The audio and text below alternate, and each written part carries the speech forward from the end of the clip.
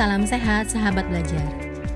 Di era digital saat ini, data menjadi aset yang sangat berharga bagi berbagai sektor, termasuk bisnis, kesehatan, pemerintahan, dan pendidikan.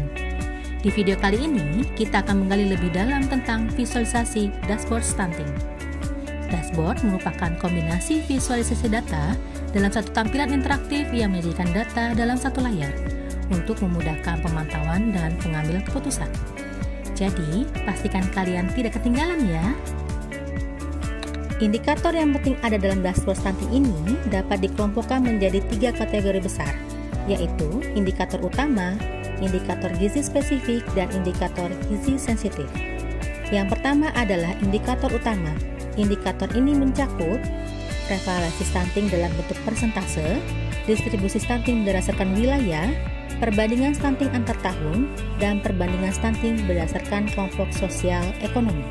Selanjutnya ada indikator gizi spesifik yang berfokus pada aspek kesehatan ibu dan anak, seperti pemeriksaan kehamilan atau antenatal care, cakupan imunisasi dan pemantauan pertumbuhan balita, pemberian tablet tambah darah pada ibu hamil dan remaja putri, akses pencarian pengobatan untuk balita yang sakit, pemberian obat cacing, serta pemberian makanan tambahan pada balita dan ibu hamil.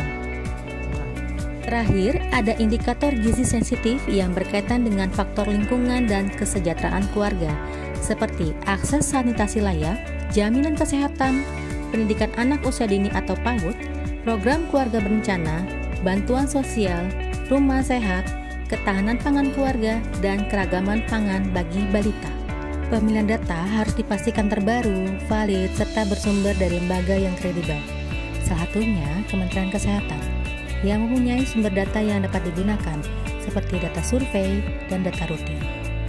Data survei antara lain SSGI, Survei Status Gizi Indonesia, Riskesdas, Riset Kesehatan Dasar, SKI, Survei Kesehatan Indonesia.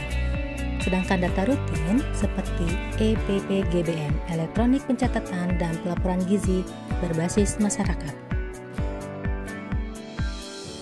Untuk memudahkan eksplorasi data bagi berbagai jenis audiens, serta memungkinkan penggalian informasi spesifik sesuai kebutuhan pengguna, maka interaktivitas dalam dashboard menjadi sangat penting, seperti filter regional atau wilayah, tren waktu, perbandingan antar wilayah atau kelompok demografis, dan informasi kontekstual atau narasi. Berikut ini adalah beberapa contoh jenis atau model dashboard stunting.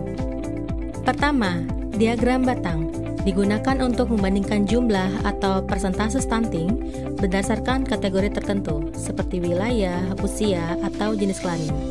Diagram ini memudahkan pembaca untuk melihat perbedaan antar kelompok. Visualisasi geospasial yang menunjukkan tingkat stunting di berbagai daerah atau provinsi. Hal ini berguna untuk melihat distribusi stunting secara spasial dan mengenali daerah-daerah yang perlu perhatian lebih.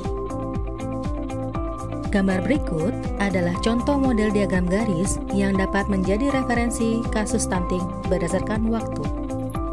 Selanjutnya, contoh model diagram Gantt yang dapat digunakan untuk proyeksi program stunting.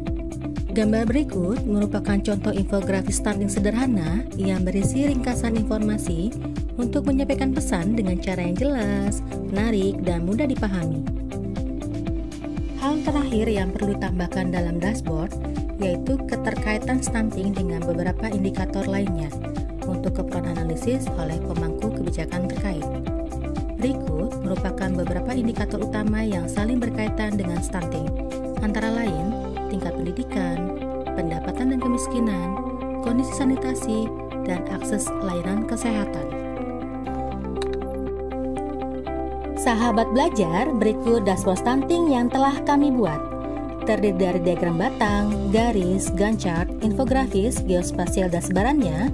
Juga terdapat menu interaktif yang berguna untuk menampilkan data stunting berdasarkan wilayah.